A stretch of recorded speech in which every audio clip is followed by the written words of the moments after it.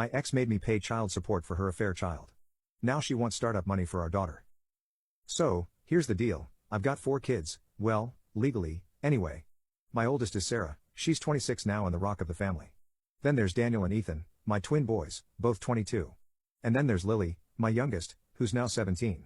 If you're doing the math, you might notice a bit of a gap between the twins and Lily. That gap, along with a whole bunch of other things, led me to figure out that Lily isn't actually my biological kid. But that wasn't something I knew right away, of course. When I first found out Laura was pregnant with Lily, I was thrilled. I thought, another kid, great. I'd always wanted a big family, and even though things had been a bit rocky with Laura for a while, I figured this was a new beginning. I was ready to throw myself into it all over again, diapers, sleepless nights, the works. But looking back now, I feel like a real idiot for not picking up on a few things. See, right from the start, something didn't quite feel right. The pregnancy was just different. Laura didn't act the same way she had with our other kids. She was a bit distant, distracted, always had these vague answers whenever I asked anything about doctor's appointments or baby stuff. I brushed it off because, well, I didn't want to make a big deal out of nothing. I thought maybe she was just tired or stressed with the 3 kids and another one on the way. But those little things, they stick in your head, even if you ignore them at the time. Then Lily was born, and the second I saw her, I couldn't help but notice that she didn't look like me at all. I know kids don't always look exactly like their parents, but our other 3 all had these family features, you could tell they were mine. But Lily? She didn't have any of that. No shared features, no family resemblance. Still, I kept telling myself it was probably just genetics being weird. I mean, I'm not a scientist, right? I figured she'd grow into looking like one of us. For the first couple of months, I kept my doubts to myself. I thought maybe I was being paranoid, letting those weird little moments get to me.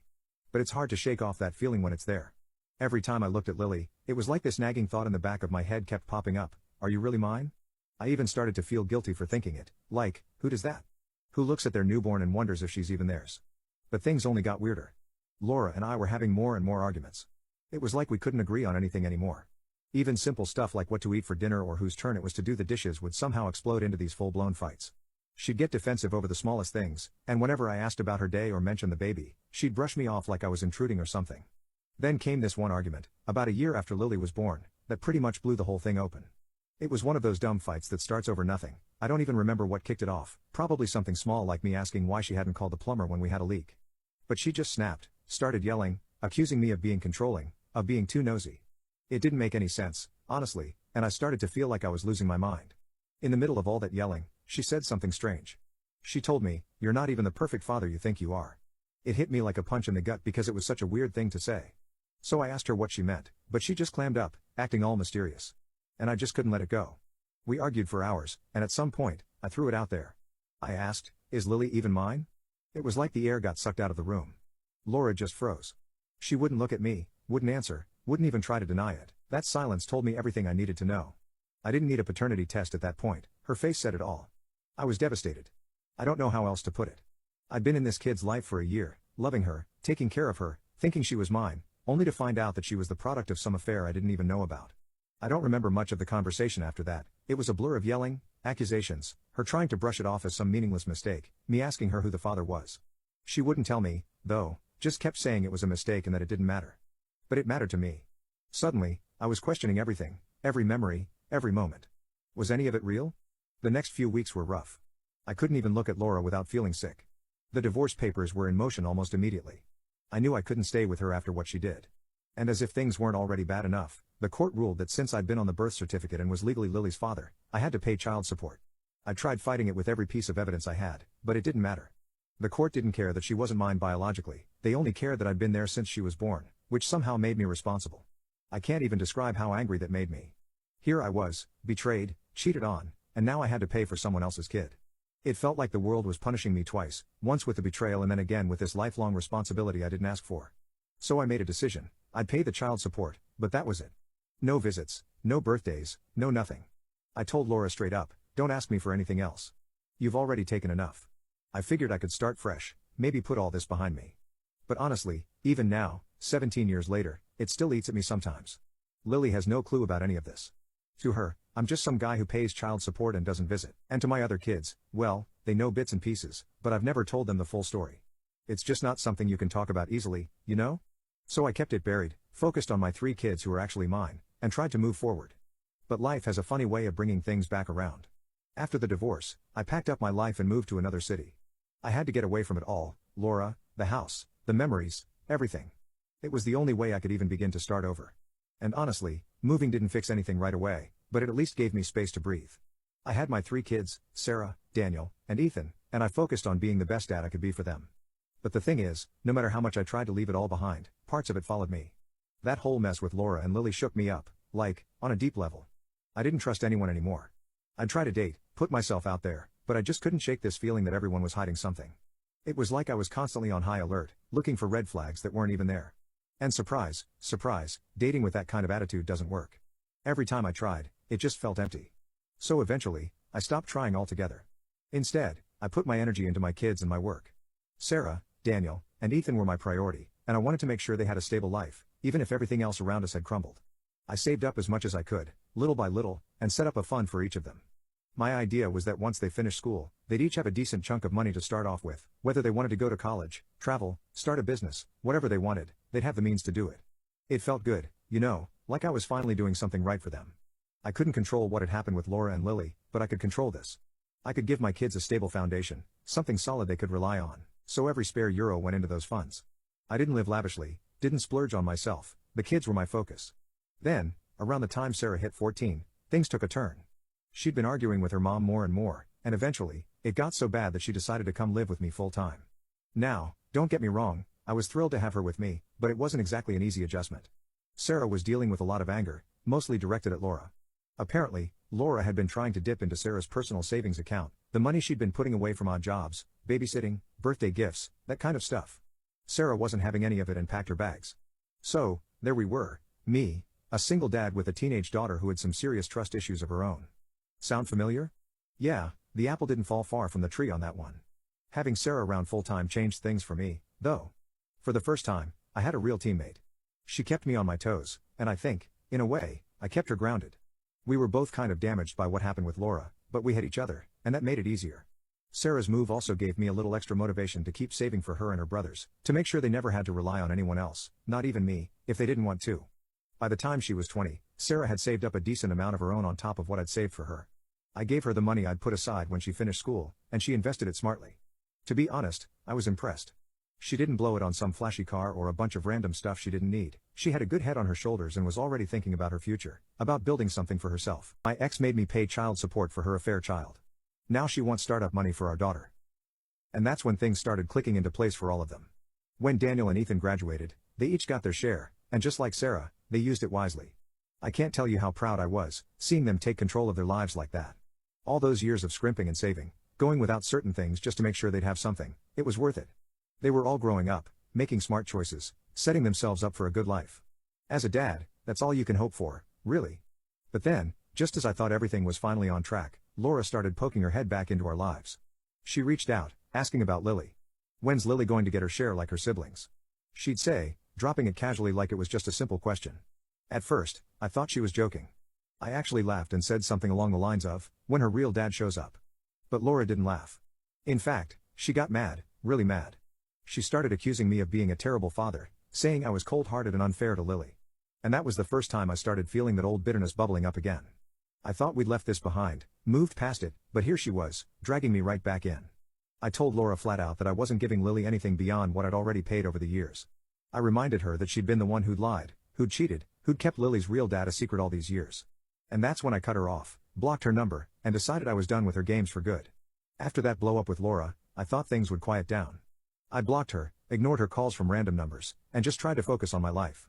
But as you'd expect, it wasn't that simple. She wasn't the only one who thought I should give Lily a chunk of money, and soon enough, the situation took on a life of its own. It all started with a call from Sarah. I'd just settled into my weekend, thinking I'd finally get a break, but as soon as I heard her voice, I could tell she was worked up about something. She was beating around the bush, kind of hinting at things, and then finally, she just came out with it. "Dad, why aren't you helping Lily?" She asked, just like that, like it was a simple question.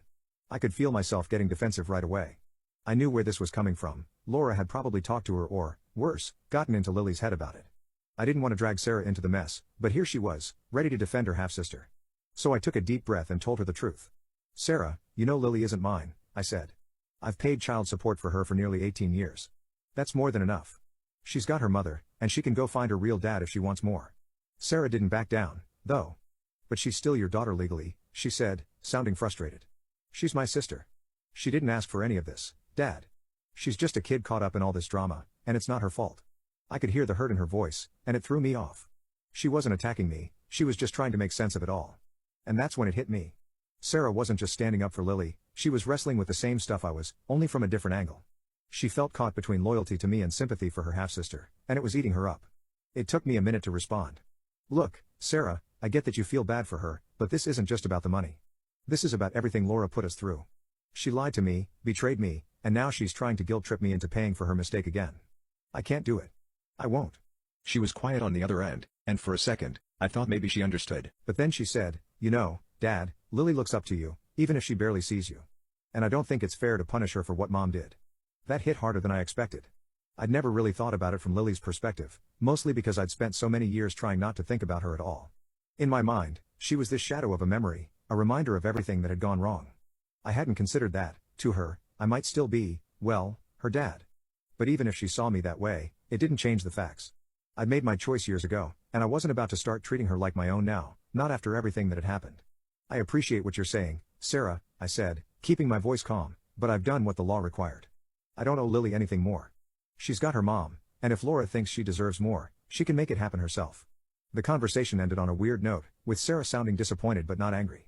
I knew she didn't fully agree with me, but she wasn't going to push it any further. She just said, all right, Dad. I just wanted you to know how I felt. I thought that would be the end of it, but a few days later, I got a message from Daniel, of all people. Daniel was my more laid-back kid, usually content to stay out of family drama, but his message was short and straight to the point. Hey, Dad, have you thought about giving Lily her share? He wrote. I couldn't believe it. First Sarah, now Daniel. It felt like everyone was teaming up on me, like I was the villain here. And that stung because I'd spent so many years putting everything I had into being a good father to these kids. I'd made sure they had what they needed, even sacrificed things for myself to save up that money for them. But suddenly, it was like none of that mattered. I called Daniel back, and we had a similar conversation. He was less emotional than Sarah, more matter of fact, but the underlying message was the same. He thought it was unfair to exclude Lily, no matter who her biological father was. He kept saying, it's not about Mom, Dad. It's about Lily. I tried explaining my side again, but I could tell Daniel wasn't convinced. He didn't argue, though, just kind of sighed and said, all right, I get it. Just think about it, okay?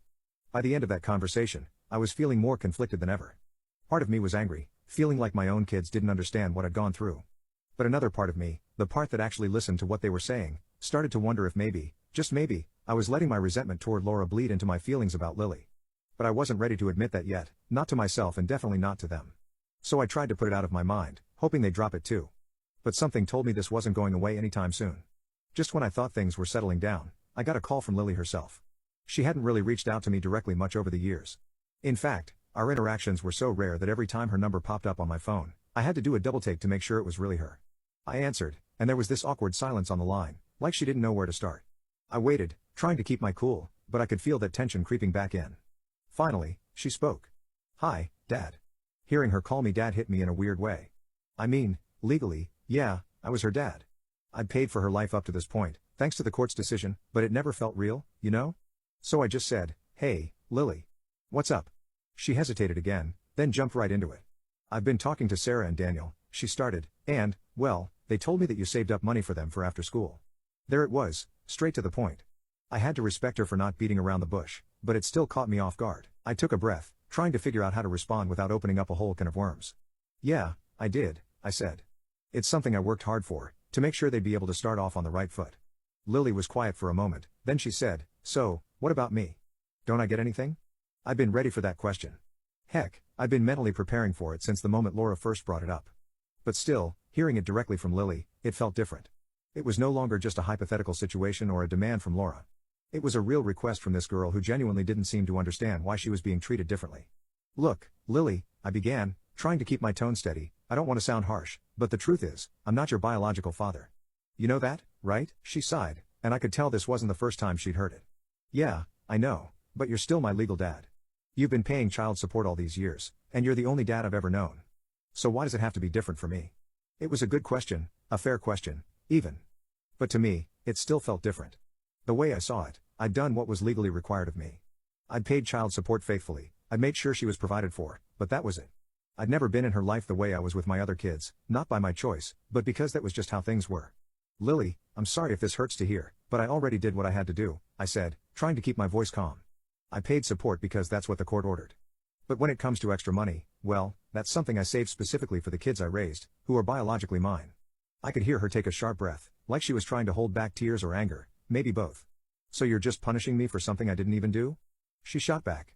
I didn't ask to be born or to have any of this happen, but it's like I'm being blamed for mom's mistake. That one stung.